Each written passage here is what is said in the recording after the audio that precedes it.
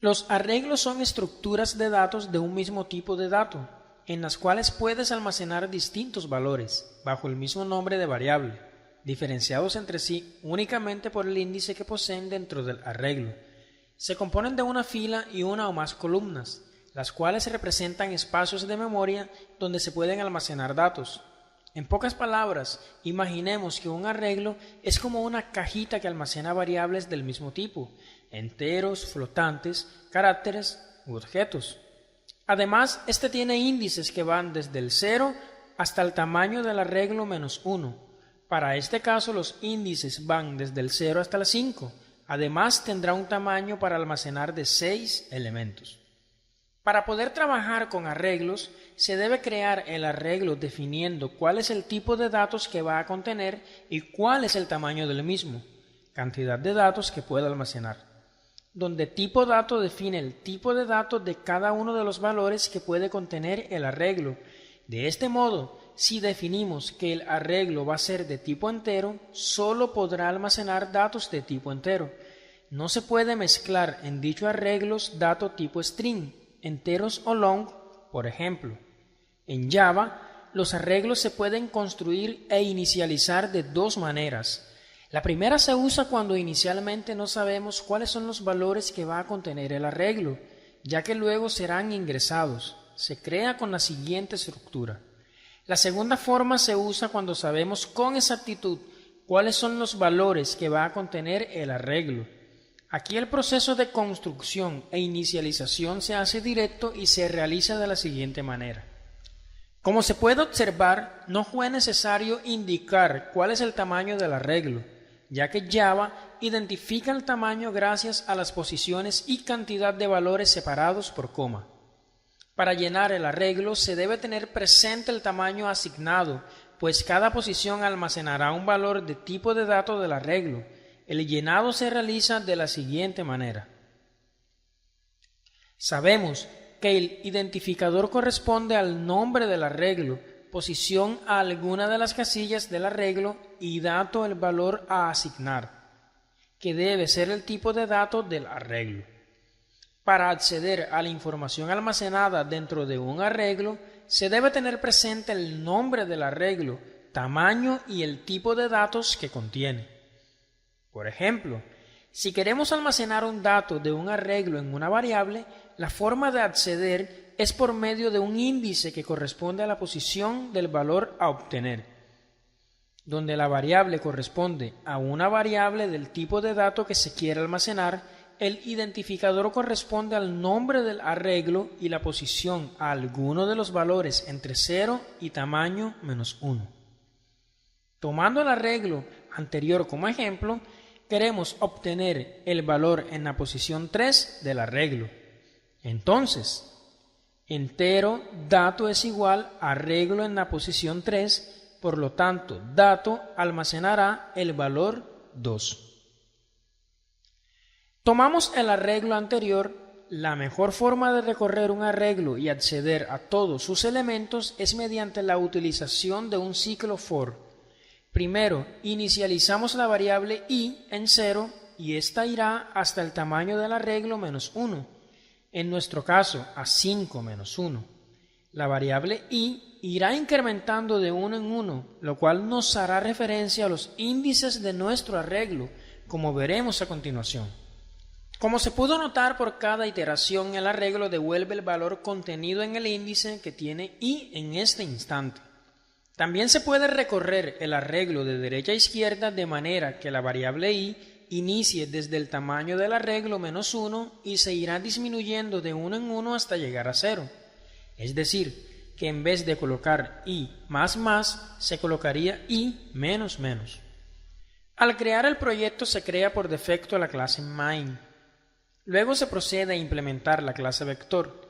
Inicialmente se declaran los atributos de la clase tamaño de tipo entero y se declara el vector de tipo string, asignando los valores iniciales de dichos atributos en el método constructor.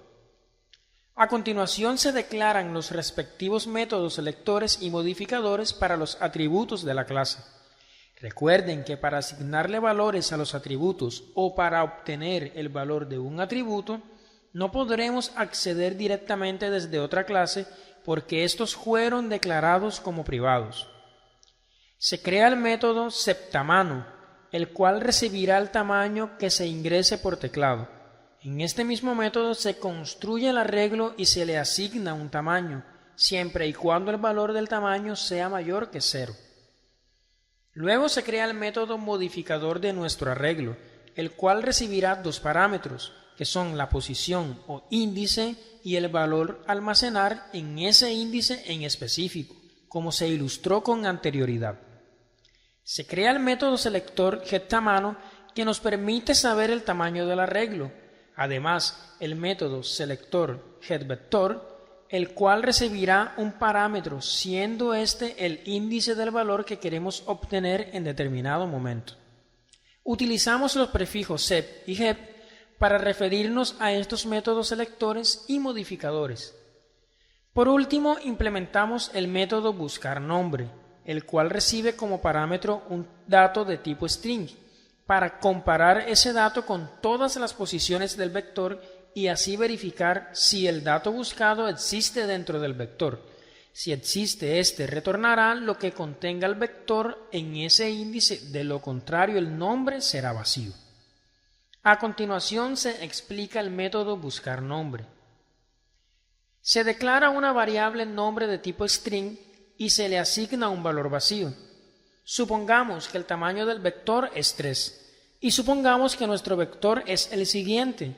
Ahora diremos que el valor que tiene la variable que recibió por parámetro es el nombre de Miguel. La variable i inicia en 0. Luego, en la condición se compara. Si lo que tiene el vector en la posición 0 es igual a Miguel, es falso. Luego se incrementa i.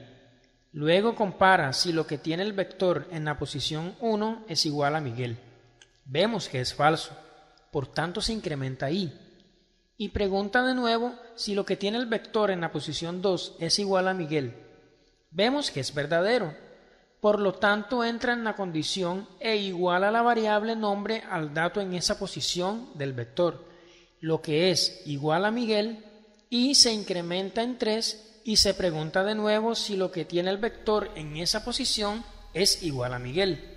Y como vemos, es falso. Y como i se incrementa en 4, la condición del bucle es falsa y ahí terminan las iteraciones, quedando la variable asignada el nombre de Miguel. Vamos a la implementación de la clase main. Se crea un método de tipo público llamado menú, que nos retornará un dato de tipo entero. Ese dato corresponde a una de las opciones escogidas en este menú de opciones. Luego, en la función main, se crea un objeto de la clase vector llamado ob. A través de este objeto creado se puede acceder a los métodos públicos que se implementaron en esa clase. Se declara una variable de tipo entero llamada opción, la cual le asignaremos el valor retornado por el método menú. Luego el switch evaluará su opción. Si la opción es 1, esta ejecutará el código que esté en el case 1 y capturaremos el tamaño del vector, el cual se le pasa por parámetro al método modificador septamano de la clase vector. Ahora, si la opción escogida es 2, ejecutará el case 2, el cual llena el vector mediante un ciclo for, como se explicó con anterioridad. Accedemos al método modificador setVector. Este método recibe los dos parámetros, la posición o índice y el valor que se guardará en esa posición o índice. Se hará tantas veces hasta que llegue el vector. De igual manera, si la opción escogida es 3, se captura el índice que se desea buscar dentro del vector. Posteriormente es enviado por parámetro al método getVector, el cual recibe el índice y devuelve o retorna el contenido de esa posición. Si la opción es 4, se captura el nombre que se desea buscar y se accede al método buscarNombre, el cual se le pasa el nombre capturado en la variable nom, como se explicó con anterioridad. Este nos devolverá o retornará el nombre buscado. Ahora, si la opción es 5, se ejecutará el código que nos permite visualizar el contenido del vector, haciendo uso del ciclo for, igualmente explicado anteriormente. y si la opción es 6, el sistema se cierra.